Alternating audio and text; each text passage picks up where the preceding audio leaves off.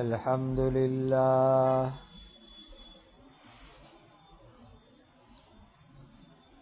الحمد لله الذي هدانا للإسلام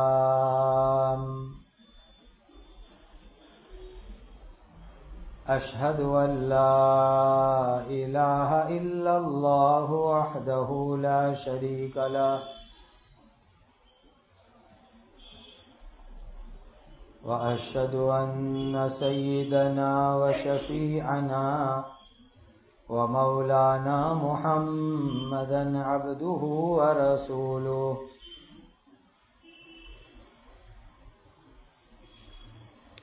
صلوات الله تبارك وتعالى عليه وعلى آله وأصحابه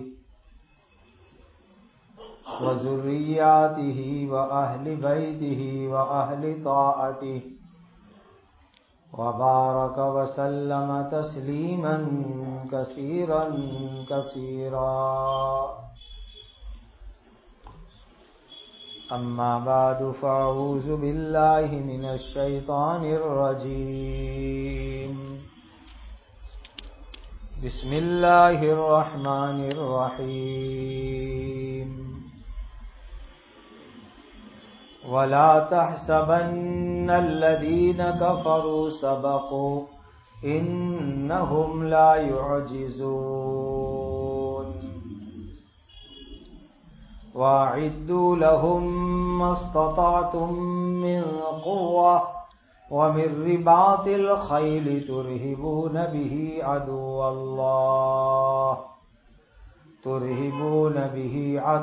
الله وعدوكم وآخرين من دونهم لا تعلمونهم الله يعلمهم وما تنفقوا من شيء في سبيل الله يوفى إليكم وأنتم لا تظلمون.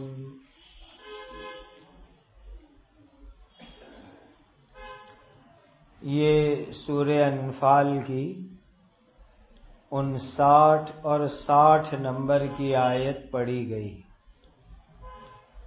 اللہ سبحانہ و تعالی کے پاک ارشاد کا خلاصہ ہے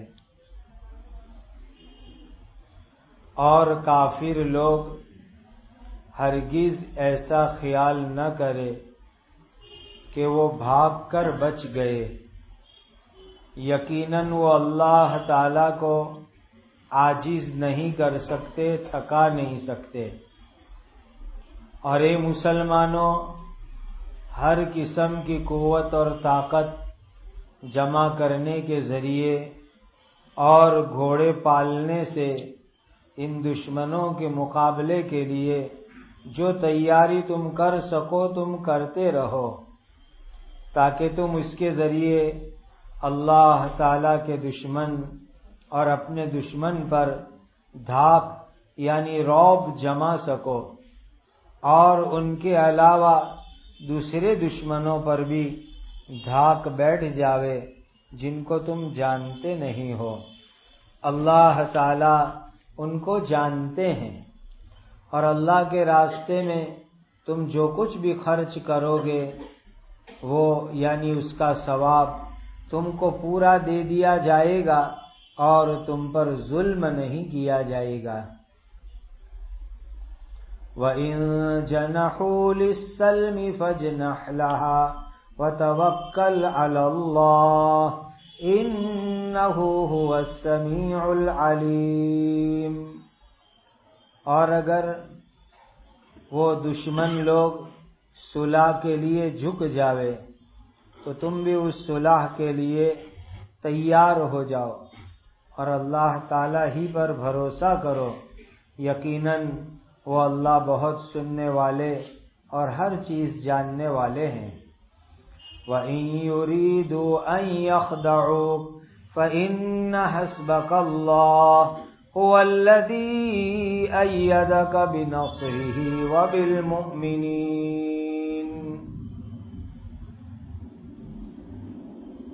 اور اگر وہ دشمن تم کو دھوکہ دینے کا ارادہ کرے تو یقین رکھو کہ اللہ تعالیٰ تم کو کافی ہے۔ اسی اللہ نے اپنی مدد کے ذریعے اور ایمان والوں کے ذریعے تمہارے ہاتھ مضبوط کر دیے۔ وَأَلَّفَ بَيْنَ قُلُوبِهِمْ لَوْ أَنفَقْتَ مَا فِي الْأَرْضِ جَمِيعًا مَا أَلَّفْتَ بَيْنَ قُلُوبِهِمْ وَلَكِنَّ اللَّهَ أَلَّفَ بَيْنَهُمْ إِنَّهُ عَزِيزٌ حَكِيمٌ۔ اور ان مسلمانوں کے دلوں میں آپس میں ایک دوسرے کی الفت یعنی سچی محبت پیدا کر دی۔ اگر تم زمین بھر کی ساری دولت خرچ کر ڈالتے تو بھی ان کے دلوں میں یہ الفت محبت پیدا نہیں کر سکتے تھے، لیکن اللہ نے ان کے درمیان الفت محبت پیدا کر دی۔ یقیناً وہ اللہ تعالی بڑے زبردست ہے اور بہت بڑی حکمت کے مالک ہے۔ یا ایھا النبی حسبک اللہ ومن اتبعک من المؤمنین۔ اے نبی، تم کو اور تمہاری اتباع کرنے والے مسلمانوں کو اللہ تعالی ہی کافی ہے۔ اللہ آپ کے لیے کافی ہے اور تمہاری اتباع کرنے والے مومنین یہ آپ کی ظاہری مدد کے لیے ہیں۔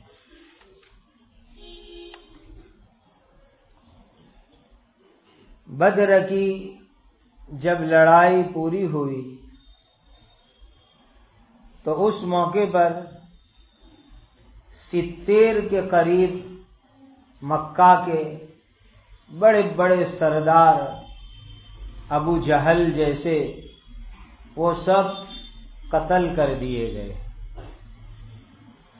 70 کے قریب کافر ایسے تھے کہ جن کو قید میں جیل میں پکڑ لیا گیا۔ بعد میں آپس کے مشورے سے فدیے کی رقم، دنڈ کی رقم لے کر کے ان کو چھوڑ دیا گیا۔ لیکن کچھ خاص نام والے مکہ کے قریشی کافر ایسے بھی تھے کہ جو بدر کی لڑائی میں آئے ہی نہیں تھے، وہ مکہ میں ہی بیٹھے رہے تھے۔ اور کچھ ایسے بھی تھے بڑے سردار لوگ کہ جو بدر کے میدان میں آئے، لیکن آنے کے بعد وہ بھاگ گئے میدان چھوڑ کر کے، میدان میں ٹک نہیں سکے، مطلب کہ وہ بچ گئے اور بچ کر کے سلامت مکہ مکرمہ پہنچنے میں کامیاب ہو گئے۔ ان کافروں کو اللہ سبحانہ و تعالی کی طرف سے اس آیت کے اندر ایک خاص بات کہی گئی کہ تم بچ گئے، سلامت مکہ چلے گئے، تو اس کا یہ مطلب نہیں ہے کہ اب تم کبھی بھی ہاتھ میں نہیں آؤ گے۔ اگر تم ایمان نہیں لائے، توبہ نہیں کی اور تم سیدھے راستے پر نہیں آئے تو آئندہ نئے زمانے میں، دوسرے زمانے میں اللہ تعالیٰ ایسا موقع ضرور لائیں گے کہ تم کو دوبارہ سخت سزا دی جائے گی۔ ایمان لے آؤ، ہمارے نبی کو مان لو اور توبہ کر لو، ورنہ آئندہ بھی ہم تم کو دوبارہ پکڑ سکتے ہیں۔ اس میں ہم سب کے لیے ایک بہت بڑی نصیحت اور سبق کی بات ہے۔ وہ نصیحت یہ ہے کہ کوئی بڑی مصیبت آوے، کوئی بڑی آفت آوے، کوئی بڑی تکلیف آوے، اللہ ہم سب کو عافیت میں اور حفاظت میں رکھے۔ لیکن اگر سمجھو کہ کوئی مصیبت آ گئی، تکلیف آ گئی، بڑی بری حالت آ گئی اور کچھ لوگ پھنس گئے اور کچھ لوگ بچ گئے، کچھ بچ گئے اور کچھ ختم ہو گئے، تو جو لوگ بچ گئے ہیں ان کو کبھی ایسا نہیں سمجھنا چاہیے کہ اب ہمیشہ کے لیے ہم بچ گئے ہیں۔ اللہ تعالی نے ہم کو ایک موقع دیا بچا کر کے، کہ ہم توبہ کر کے اپنی زندگی کو سدھار لے رہے، اپنی زندگی کو ٹھیک کر لے رہے۔ اس کے لیے اللہ نے ہم کو ایک چانس دیا، ایک موقع دیا۔ اب وہ آدمی یوں سوچے کہ یہ لوگ تو سب مصیبت میں پھنس گئے، مر گئے، ختم ہو گئے، میں بچ گیا تو میں اب ہمیشہ بچا ہوا ہی رہوں گا، کوئی میرا کچھ نہیں کر سکتا۔ تو یہ بہت بڑی اس کی غلط سوچ ہے، بڑی غلط سوچ ہے۔ بلکہ یہ سوچنا چاہیے کہ وہ بیچارے مر گئے، ہلاک ہو گئے اور میں بچ گیا، تو اب مجھے تو زندگی کو اللہ کی بہت بڑی نعمت سمجھنی چاہیے، اور اس نعمت سے مجھے نیک کام کر کے اللہ کو راضی کر لینا چاہیے۔ بعض مرتبہ کبھی ایسا ہوتا ہے کہ بھئی دھرتی کمپ ہوا، گھر میں 10 آدمی تھے، اللہ سلامت رکھے، 5 آدمی دھرتی کمپ میں دب کے شہید ہو گئے، 5 آدمی بچ گئے، دھرتی کمپ میں زندہ رہ گئے۔ تب یہ جو بچ گئے، ان بچ جانے والوں کو تو اب زیادہ اللہ کو خوش کر کے زندگی گزارنی چاہیے۔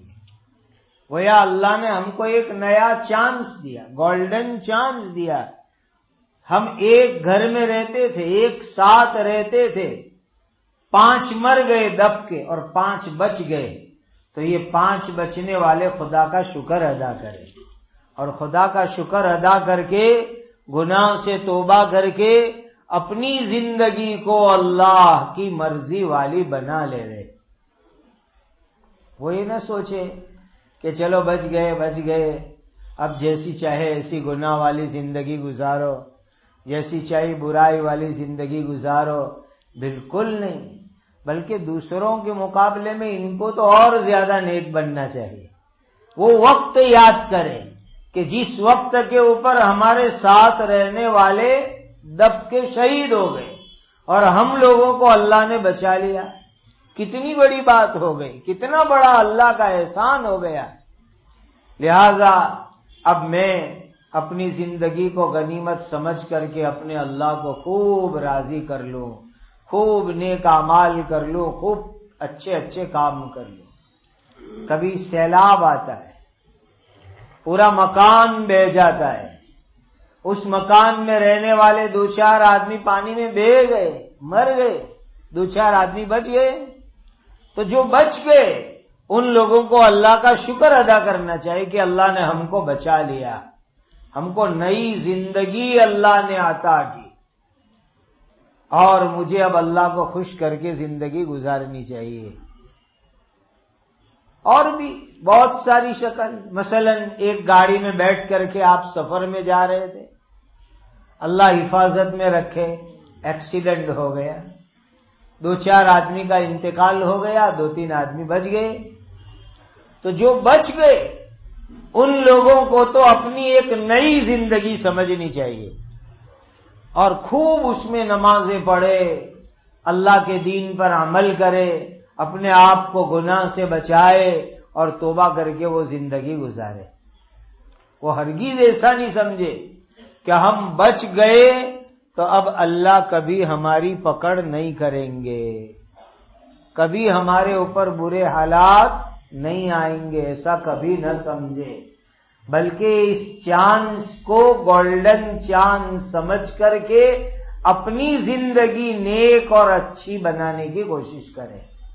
یہی بات اس آیت کے ذریعے سے اللہ تعالیٰ نے مسلمانوں کو، باقی انسانوں کو سمجھایا۔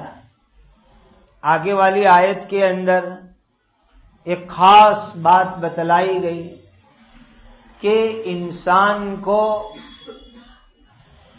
اپنے بدن کو ایسا بنانا چاہیے جو طاقت والا ہوئے، تندرستی والا بدن ہونا چاہیے۔ ایسے بھی حدیث شریف میں آتا ہے کہ تندرستی اللہ کی بہت بڑی نعمت ہے، یہ تندرستی کو سنبھالنی چاہیے، بچانی چاہیے، اور ہماری طاقت، ہیلتھ، تندرستی طاقت اور زیادہ اچھی ہوئے، اس کی آدمی کو کوشش اور فکر کرنی چاہیے۔ اور دیکھیے، آدمی کے پاس باڈی تندرست ہوگی تو آدمی نماز اچھی طریقے سے پڑھ سکے گا، زیادہ نماز پڑھ سکے گا، روزے رکھ سکے گا، فرض کے ساتھ نفل روزے بھی رکھ سکے گا، اللہ کے راستے میں جا سکے گا، خدمت کے کام کر سکے گا۔ یہ سب کب ہوگا؟ جب آدمی کی باڈی اچھی اور تندرست ہوئے۔ اس کے لیے تندرست باڈی رکھنے کے لیے آدمی کو ورزش، ایکسرسائز، کسرت یہ سب بھی کرنا چاہیے۔ جیسے اسکولوں میں ایک پیریڈ ہوتا ہے باقاعدہ شاریرک شکشن کا، کہ جس میں تندرستی اور ہیلتھ کی لائن کی پریکٹس کروائی جاتی ہے۔ NCC ہوتی ہے ہائی اسکولوں میں، نیشنل کریڈٹ کور ہوتا ہے، اسکاؤٹ تعلیم ہوتی ہے۔ ایسی تعلیم حاصل کرنی چاہیے، یہ پسند ہے، اللہ کو پسند ہے، نبی کریم صلی اللہ علیہ وسلم کو بھی ایسی چیز پسند ہے۔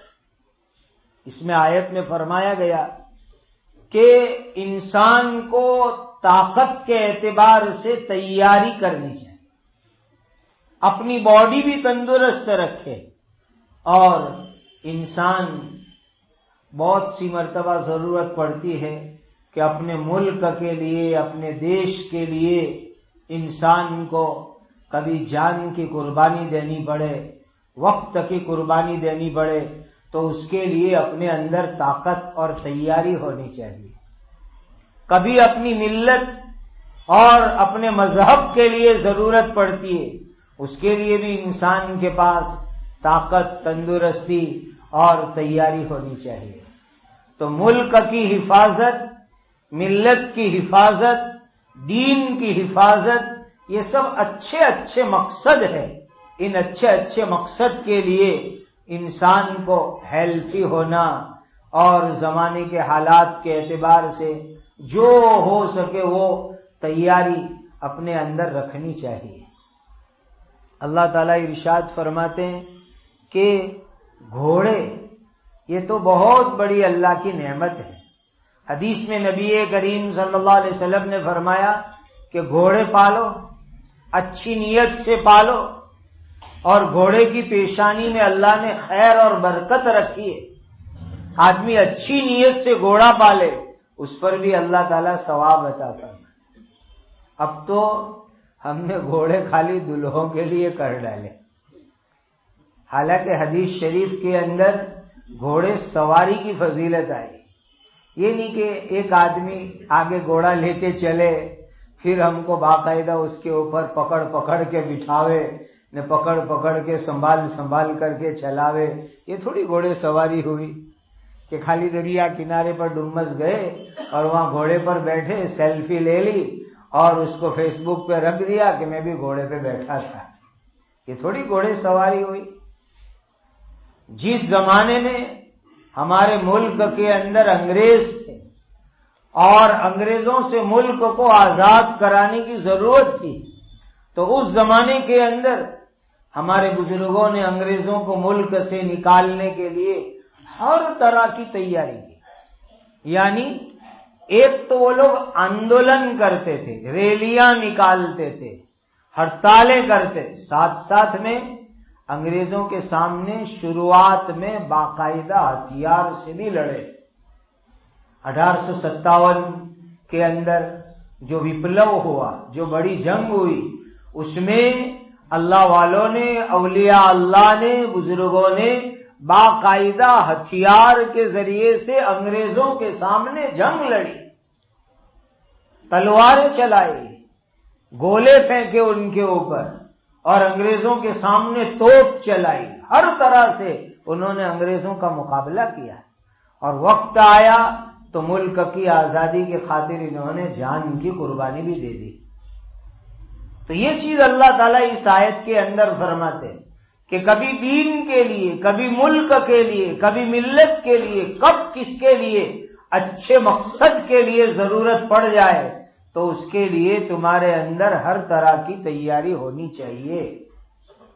سرکار کی طرف سے یہ جو ایک سلسلہ ہے NCC کا، اسکاؤٹ تعلیم کا، اسی طریقے سے یہ شاریرک شکشن کا، یہ سب چیزوں میں حصہ لینا چاہیے. یہ آج کے زمانے کے تقاضوں میں سے ہیں، ضروریات میں سے ہیں. اور فٹنس باڈی بھی ہونی چاہیے، تندرست باڈی بھی ہونی چاہیے. اب تو زمانہ ایسا آ گیا کہ مکہ مکرمہ کے اندر پہلے دیکھتے تھے کہ 1 2 4 5 حاجی ویل چیئر والے، اب تو جو ہے ایک بہت بڑا مجمع ویل چیئر والا. پہلے مسجدوں کے اندر 1 نمازی ایسا ہوتا تھا جو بیچارہ بیٹھ کر کے نماز پڑھے. اب تو بعض مسجدوں کے اندر تو کرسی والوں کی لائنیں لگی ہوئی ہیں، پوری لائن، 2 لائن، 3 لائن، بس کرسی. اب جو بوڑھے لوگ ہیں، بڑی عمر والے ہیں، حقیقت میں بیمار ہیں، ایسے لوگ کرسی استعمال کریں، کوئی حرج نہیں. لیکن اب تو چھوٹی چھوٹی باتوں میں 50 سال کی عمر، 45 سال کی عمر، 55 سال کی عمر، یہ کوئی کرسی پر نماز کی عمر ہے؟ نہ کوئی ایکسیڈنٹ ہے، نہ کوئی پیر ٹوٹا ہے، نہ کوئی یہ ہے، بس گھٹنے بہت درد کرتے. کھاتے کیوں ایسا ہو کہ گھٹنے درد کرے؟ کھانے پینے کے اندر بھی احتیاط رکھنا چاہیے. جو آئے وہ کھائے، جتنا چاہے کھائے، اوور لمٹ کھاوے. اور چلنے کی عادت بالکل نہیں. مسجد سے گھر بھی بائک پر، ہر جگہ بائک، ہر جگہ گاڑی، یہ عادت اچھی نہیں ہے. حدیث شریف کے اندر آتا ہے کہ جب آپ نماز پڑھنے کے لیے چل کے آؤ گے تو ہر قدم پر اللہ تعالیٰ چلنے کا ثواب دیں گے. قبیلے بنو سلیمہ مدینہ کا ایک خاندان تھا. ان کے مکان مدینہ میں بہت دور تھے، تو مسجد نبوی کے پاس میں کچھ پلاٹ خالی ہوئے، تو انہوں نے فوراً وہ پلاٹ خریدنے کی کوشش کی تاکہ گھر مسجد کے قریب لے آوے. تو نبی کریم صلی اللہ علیہ وسلم نے ان کو بلا کے فرمایا، جہاں تمہارے گھر ہیں وہیں دور رہنے دو، یہاں قریب آنے کی ضرورت نہیں، جہاں وہیں رہنے دو. دور سے چل کے آؤ گے تو ظاہر ہے کہ ہر قدم پر ثواب ملے گا، نیکی ملے گی. اسی لیے یہ بھی جو ایک مزاج بن رہا ہے کہ بھائی قریب میں مسجد ہے تو بھی گاڑی پہ آنا، یہ غلط طریقہ ہے. جو دور کے لوگ ہیں اور مسجد قریب نہیں، وہ جاوے گاڑی پر، 1 کلومیٹر، 2 کلومیٹر، 3 کلومیٹر والے تو الگ بات ہے. چل کے آنے کی عادت ڈالو، اس سے تندرستی بھی اچھی رہے گی. اور کھانے پینے میں بھی احتیاط رکھو، کیا کھانا چاہیے، کیا نہیں کھانا چاہیے، لمٹ میں کھانا چاہیے، اور چلنے کی بھی عادت بناؤ. اب ہمارا معاملہ کیسا ہو گیا کہ پہلے اوور لمٹ کھائیں گے، پرہیزی کوئی کریں گے نہیں، اور اس کے بعد جب طبیعت بگڑتی ہے تو اب پرہیزی چالو کریں گے، فٹنس کلب میں جائیں گے، باڈی اتارنے کی دوا کھائیں گے. یہ پاگل پنا کس نے سکھایا کہ پہلے خوب کھا کے جاڑے موٹے ہوئے اور اب باڈی اتارنے کی دوا کھا رہے ہیں؟ یہ کون سی بات ہو گئی؟ یہ سسٹم آنے ہی مت دو. صحابہ کرام رضوان اللہ تعالی علیہ مجمعین نے حضرت نبی کریم صلی اللہ علیہ وسلم سے ہر چیز سیکھی، یہاں تک کہ کھانے کا طریقہ بھی سیکھا. وہ مدینہ کے اندر کسی نے دوا کی دکان کھولی تو تھوڑے دن میں ان کو بند کر دینی پڑی. کہا کیوں؟ کہ یہاں تو کوئی بیماری نہیں ہوتا. اس لیے کہ صحابہ کا معاملہ کیا، بھوک لگے تب کھاتے ہیں اور ادھورا پیٹ کھا کے اڑ جاتے ہیں. اب ہم نے تو شیڈیول بنا لیا کہ صبح میں ناشتہ کرنا یعنی کرنا ہی کرنا، پھر دوپہر میں کھانا ہی یعنی کھانا ہی کھانا، پھر شام کو چائے ناشتہ کرنا یعنی کرنا ہی کرنا، رات کو کھانا یعنی کھانا ہی کھانا. شیڈیول بنا لیا، اس کے بغیر چین ہی نہیں پڑتا ہے. بھوک لگی ہے نہیں لگی ہے کوئی لینا دینے نہیں، ٹائم ہوا کھانا ہی کھانا ہے. یہ غلط عادت ہے. اور دوسری چیز، ضرورت سے زیادہ کھانا، یہ بھی صحیح طریقہ نہیں ہے. ضرورت سے زیادہ کھانا، اپنی جتنی ضرورت ہو بس اتنا کھاؤ، بلکہ ضرورت سے کم کھانے کی عادت ڈالو۔ حدیث میں آتا ہے کوئی برتن بھرنا اللہ کو اتنا ناپسند نہیں جتنا پیٹ بھرنا اللہ کو پسند نہیں ہے، کہ پیٹ بھر بھر کے آدمی کھاوے، کچھ کم رکھ کے کھاوے پیٹ کو۔ اور جب جنت میں جائیں گے وہ جگہ ہے جو ہے اوور لمٹ کھانے کی، دنیا میں لمٹ میں کھانا چاہیے۔ تو ہیلتھ، تندرستی، فٹنس، اچھی باڈی، اس کا بھی خوب لحاظ رکھو، جو اس آیت میں اللہ سبحانہ و تعالی نے ہم کو خاص طور پر حکم دیا۔ آگے ارشاد فرمایا کہ اللہ تعالیٰ کے راستے میں تم مال خرچ کرنے والے بنو، اللہ کے راستے میں خرچ کرنے سے بخیل مت بنو۔ آدمی اپنی تندرستی کے لیے جو خرچ کرے گا کہ میں تندرست رہوں، اللہ کی عبادت کروں، نیک کام کروں، اس کے لیے، تو اس پر بھی اللہ تعالیٰ اس کو ثواب عطا فرمائیں گے۔ اسی طریقے سے ملک، دیش کی حفاظت، ملت، مذہب کی حفاظت، اس کے لیے جو کچھ تیاری میں خرچ کرے اس پر بھی اللہ تعالیٰ اس کو اجر اور ثواب عطا کریں گے، جس طرح سے بھی حفاظت زمانے کے تقاضے اور حالات کے مطابق ہو، اور اللہ تعالیٰ ثواب کے اندر کمی نہیں کریں گے۔ آگے اللہ تعالیٰ نے ارشاد فرمایا کہ صلح بہت اچھی چیز ہے، صلح ہر حال میں اچھی چیز ہے۔ مسلمان میں جھگڑا ہو جائے تو بھی صلح کر لو، والصلح خیر، صلح کرنے میں بہت ساری خیر اور بھلائی ہے۔ اور اگر دین کے دشمنوں کی طرف سے صلح کی بات آوے تو ان کے ساتھ بھی صلح کر لینی چاہیے۔ اور مجبوری میں اگر کسی جگہ پر ایمان والے پھنس جاوے تو ایسے موقع پر بھی دشمنوں سے صلح کر لے اور اللہ تعالیٰ پر بھروسہ کرے۔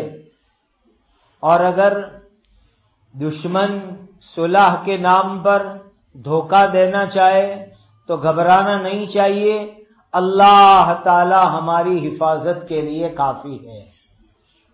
کہتے ہیں کہ پہلے حضرت نبی کریم صلی اللہ علیہ وسلم کے لیے صحابہ رات کو چوکی دینے کا کام کرتے تھے، ایک آدھ دو صحابی رات کو حضور کے مکان کے پاس چوکی دیتے تھے۔ لیکن جب اللہ تعالیٰ نے آیت اتاری فَإِنَّ حَسْبَكَ اللَّهُ، اللہ آپ کی حفاظت کے لیے کافی ہے، تو حضور نے ان چوکی کرنے والے صحابہ کو کہا جاؤ گھر جا کے آرام کرو، میرے اللہ میری حفاظت کریں گے۔ بلکہ ایک مرتبہ تو ایسا ہو گیا کہ کوئی بھیانک ڈراؤنی آواز آئی جنگلوں کی طرف سے، بھیانک ڈراؤنی آواز آئی، صحابہ نیند میں سے اٹھ گئے، یہ کیا آواز آئی؟ اب اندھیرا، کدھر جاوے کدھر دیکھے، صحابہ ادھر ادھر جانے کی تیاری کر رہے ہیں آپس میں مل کر۔ تھوڑی دیر کے بعد دیکھا کہ ادھر سے جدھر سے بڑی بھیانک آواز آئی تھی اکیلے حضرت نبی کریم صلی اللہ علیہ وسلم تشریف لا رہے۔ حضور نے فرمایا میں دیکھنے فوراً چلا گیا تھا، دیکھ کے آ گیا، کوئی ٹینشن کی بات نہیں، جاؤ گھر جا کے سو جاؤ۔ گویا اللہ نے حضور کو ایسی ہمت عطا فرمائی تھی، ایسی شجاعت اور بہادری عطا فرمائی تھی کہ ایسی خطرناک بھیانک آواز آئی تو صحابہ کا انتظار نہیں کیا، خود اکیلے حضور دیکھنے کے لیے چلے گئے، اور جا کر کے آ کر صحابہ کو رپورٹ بھی دے دی کہ کوئی ٹینشن نہیں، جاؤ گھر جا کر کے آرام کرو۔ یہ ایک ایمان والے کے اندر یہ خوبیاں ہونی چاہیے۔ آگے اللہ تعالیٰ فرماتے ہیں کہ اللہ آپ کی مدد کریں گے، اے ہمارے نبی ہم آپ کی مدد کریں گے، ایمان والوں کی بھی اللہ مدد کریں گے۔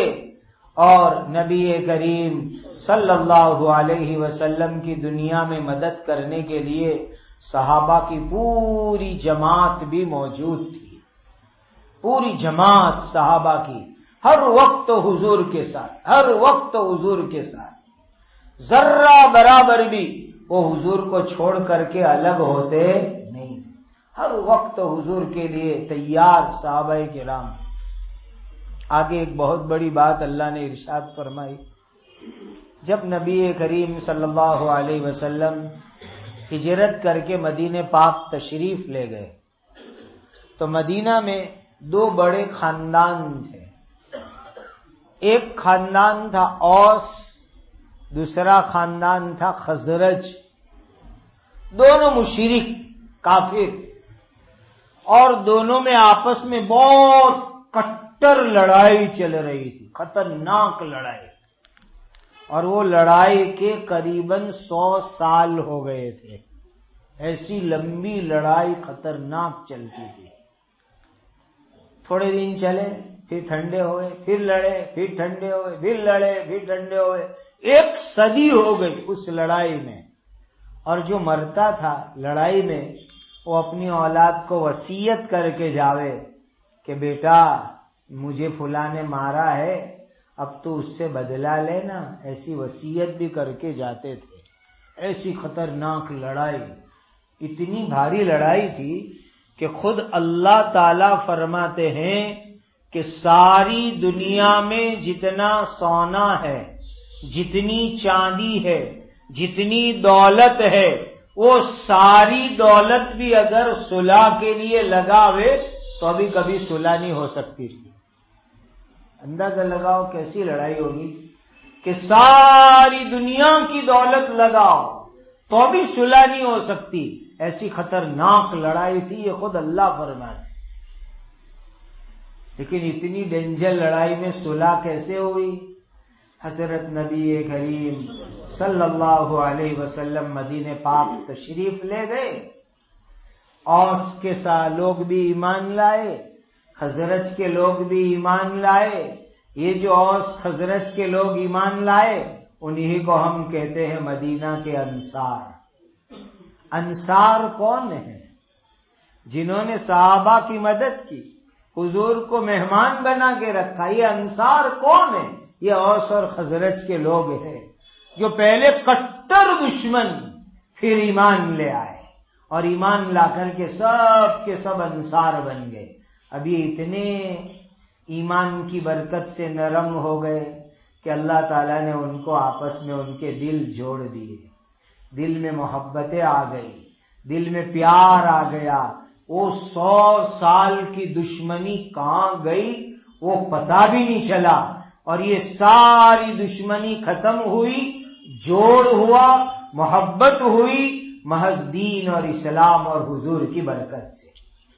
آج بھی اگر بڑی سے بڑی دشمنی ختم کرنا ہو تو ایک ہی راستہ حضرت نبی کریم صلی اللہ علیہ وسلم پر ایمان لائے، حضور کی سنت پر عمل کرے، دین پر عمل کرے تو بڑے سے بڑے جھگڑے ختم اور مسلمانوں میں صلح اور محبت ہو سکتی ہے۔ تو خود اللہ فرماتے ہیں کہ اگر زمین کی ساری دولت ختم ہو جاتی تو ابھی ان کے درمیان جوڑ نہیں ہو سکتا تھا، ان کے دل مل نہیں سکتے تھے، لیکن اللہ نے دین کی برکت سے ان کے دلوں کو جوڑ دیا۔ وَأَلَّفَ بَيْنَ قُلُوبِهِمْ، أَلَّفَ بَيْنَهُمْ، 2 مرتبہ اللہ فرماتے ہیں کہ ہم نے ان کے دلوں کو جوڑ دیا، دل سے محبت کرنے والے بن گئے، اور ایسے محبت کرنے والے بن گئے کہ بس اب ہم مدینہ کے ہیں، انصار کے ہیں، الگ الگ کوئی ہے نہیں، کوئی آپس میں جھگڑا فتنہ نہیں، سب آپس میں ایک ہو کر کے مدینہ میں زندگی گزارنے والے بن گئے۔ آج بہت کم لوگ جو حدیث پڑھتے ہیں، قرآن کی تفسیر پڑھتے ہیں، وہ لوگ جانتے ہیں کہ مدینہ میں 2 خاندان تھے، اوس اور خزرج۔ باقی ساری دنیا کے عام مسلمان کیا جانتے ہیں؟ مدینہ کے انصار، انصار مدینہ۔ انصار کتنا پیارا لفظ جانتے ہیں، یعنی وہ نام ہی ان کا لوگ بھول بھلا گئے، اوس خزرج، الگ خاندان، الگ قبیلہ بھول گئے، ایک نیا نام جس نے ان سب کو جوڑ دیا، انصار۔ کتنا پیارا نام ان کا پوری دنیا میں مشہور ہو گیا، مدینہ کے انصار۔ انصار مدینہ، کتنا پیارا نام ہو گیا. یہ برکت تھی حضرت نبی کریم صلی اللہ علیہ وسلم کی، قرآن کی، اسلام کی، دین کی. اس کی برکت سے ان کے دل آپس کے اندر جڑ گئے، دلوں میں خدا نے محبت پیدا فرما دی. اسی لیے آپس میں جوڑ محبت کا یہی بہترین راستہ حضور کی محبت، حضور کی سنت کی اتباع، دین پر عمل، قرآن پر عمل، یہ جوڑ کا بہترین ذریعہ ہے. اللہ ہم سب کو اس کو اپنانے کی توفیق عطا فرمائے. اس آیت پر ایک فائدے کی بات بھی بتلا دوں. تھوڑے تھوڑے آپ لوگوں کو میں بھی عامل اور باپو بنا دوں تھوڑا تھوڑا، تاکہ میرا کام تھوڑا کم ہوئے. اس آیت کا ایک فائدہ آپ کو بتلاؤں. کسی سے کچھ ناراضگی رہتی ہے، جیسے شوہر بیوی میں ناراضگی رہتی ہے، تو یہ جو آیت ہے وَأَلَّفَ بَيْنَ قُلُوبِهِمْ لَوْ أَنفَقْتَ مَا فِي الْأَرْضِ جَمِيعًا مَا أَلَّفْتَ بَيْنَ قُلُوبِهِمْ وَلَكِنَّ اللَّهَ أَلَّفَ بَيْنَهُمْ إِنَّهُ عَزِيزٌ حَكِيمٌ. شکر لینے کی یا گڑ لینے کا یا کیڈبری لینے کی یا سویٹ مٹھائی لینے کی کوئی بھی، اور اس کے اوپر یہ آیت 40 مرتبہ پڑھ کے دم کر دینے کی، اول آخر درود شریف پڑھ لینے کا، پھر کھلا دینے کا، تو انشاءاللہ اس کے دل سے ناراضگی ختم ہو جائے گی اور محبت بھر جائے گی. لیکن اس کو جائز جگہ استعمال کریے ورنہ ریئیکشن ہوگا. یہ بھی سن لو اچھی طریقے سے. اسی لیے میں نے کہا کہ بیوی شوہر میں اگر ناراضگی ہو گئی، باپ بیٹے میں ناراضگی ہو گئی، بھائی بہن میں ناراضگی ہو گئی، دوست میں ناراضگی ہو گئی، اس جگہ پر اس کو استعمال کرنا تو انشاءاللہ فائدہ ہوگا، اس کا خوب فائدہ ہوگا. غلط جگہ استعمال کرنے گئے تو پھر ریئیکشن کا خطرہ بھی ہے، ڈینجر ریئیکشن.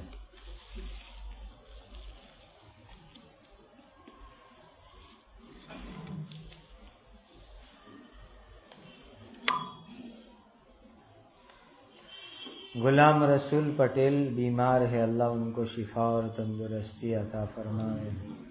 4، 5، 6 جنوری جمعہ، سنی، روی، اٹالوا گاؤں میں اجتماع ہے. اللہ اجتماع کو بھرپور کامیاب فرمائے، ہدایت کا ذریعہ بناوے، عافیت کے ساتھ اللہ سبحانہ و تعالی اجتماع کروا دے. ایک بڑی اہم انتقال کی خبر ہے. ہمارے ایک بہت مخلص دوست اور بہت ہی محبت کرنے والے، حالانکہ عمر میں مجھ سے تقریباً 35-38 سال زیادہ بڑے، یہاں مجلس پیر کو بھی یہاں آئے ہیں. وہ اصل تو یہ لاجپور کے بازو میں ایک چھوٹا سا گاؤں ہے حاجی پورا کر کے، وہاں کے رہنے والے تھے، لیکن وہاں ملاوی میں رہتے تھے. حیدر علی چاچا ان کا نام، لیکن ہم ان کی سرنیم پر سے موسم چاچا کے نام سے یاد کرتے تھے. ان کا انتقال ہو گیا، بہت رنج ہوا ان کے انتقال پر. ان کی خوبی میں آپ کو بتلاؤں، اللہ ایسی خوبی ہم سب کو عطا فرمائے. یہاں حاجی پورہ میں ان کی بہت قیمتی پراپرٹی تھی، زمین. اس کا ایک بڑا حصہ انہوں نے بیچا، بڑی رقم آئی، تو کہنے لگے کہ میں اس کا نیا انویسٹمنٹ کروں. کہا کیا انویسٹمنٹ کروں؟ تو کہا مجھے بتلاؤ کہ کہاں مسلمانوں کی غریب بستی ہے، میں وہاں مسجد بناؤں. اس سے اچھا انویسٹمنٹ کیا ہوگا؟ تو میں ان کو لے گیا ادھنا روڈ نمبر 6 کے اوپر. اس وقت وہاں پرانی مسجد تھی، وہ انڈیا آئے ہوئے تھے. وہاں لے جا کر کے ان کو دکھایا سارے غریبوں کے مکان. رفیق بھائی تقاضا لے کر آتے رہتے تھے، غریبوں کے مکان اور وہ چھپر. میں نے بتایا یہ جگہ ہے، تو کہا بسم اللہ کرو، پوری مسجد بناؤ، میں آپ کو پوری رقم دوں گا، مسجد بنا دیں. تھوڑے دن کے بعد کہنے لگے غریب ایریا ہے تو اپنے ایک ڈسپینسری چالو کرے دوا کے لیے، غریبوں کے واسطے، پورا خرچہ میں دوں گا ڈسپینسری کا. تو مسجد کے سامنے ڈسپینسری شروع کروائی. اور اتنے سال سے ڈسپینسری چل رہی ہے، پورا خرچ وہ دیتے. پھر آئے دوسرے سفر میں، کہ میرے کئی لاکھ روپے کے شیئر ہے کمپنیوں کے، وہ اب بیچ دو اور بیچ کر کے اس کا بھی انویسٹمنٹ کر دو. بہت اچھا. یہیں سورت کے اندر کوئی شیئر ایجنٹ ہے ہندو بھائی، تو اس کو کہا کہ بھائی جتنے جتنے شیئر بکے مولانا کے اکاؤنٹ، جو اکاؤنٹ میں گئے وہاں رقم ٹرانسفر کرو. کہاں انویسٹ کریں گے؟ تو ایک دوسرا غریب علاقہ بتلایا، وہاں دوسری عالیشان مسجد بنائی، پورے شہر بیچ کر گئے. پھر آئے ایک اور زمین بیچی، کہ آپ کوئی اور جگہ شاندار بتلاؤ جہاں مسجد بناؤ. تو میں نے باڈولی میں ایک غریب بستی لے جا کر کے بتلائی، زمین خریدی، پوری عالیشان مسجد بنائی، اور ابھی حج سے پہلے ہم نے اس کا ادگھاٹن کیا. اس کو کہتے ہیں انسان کا انویسٹمنٹ جو آخرت میں کام آوے.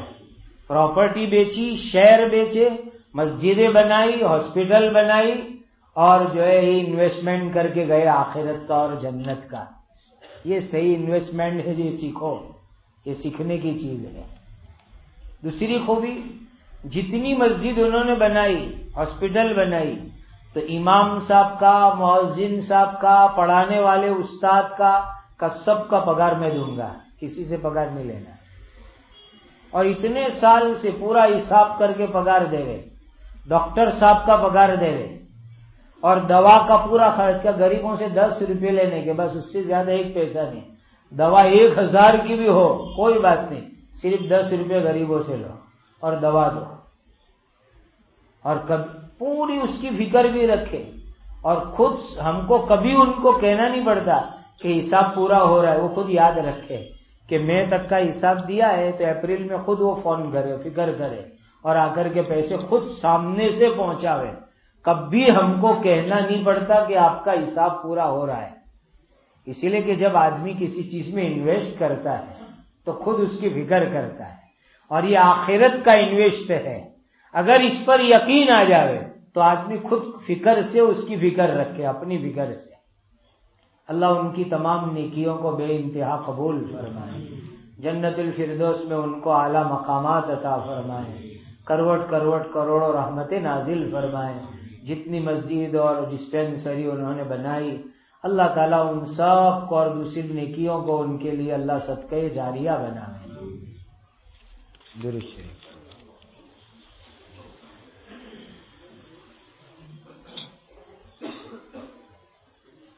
بھائی مبارک سر زمین کا جو ایک سفر ہوا تھا، اس کی کارگزاری اردو میں تو لکھی تھی، اب ماشاءاللہ گجراتی میں بھی چھپ کے آ گئی، کہ دجال کہاں قتل ہوگا، جنت کی ندی نائل، مسجد اقصی، بیت المقدس، اور حضرت موسیٰ علیہ السلام نے جہاں اللہ سے بات کی تھی وہ طور سینا پہاڑ، اور مصر، ایسی سب جتنی بھی یادگار جگہیں ہیں. مکہ مدینہ کے بعد جو سب سے زیادہ برکت والی جگہ ملک شام، مسجد اقصی، اس کے سفر کی یہ پوری کارگزاری الحمدللہ گجراتی میں بھی آ گئی، تو باہر رکھی ہوئی ہے، اس کو ضرور پڑھے، بہت فائدہ ہوگا انشاءاللہ.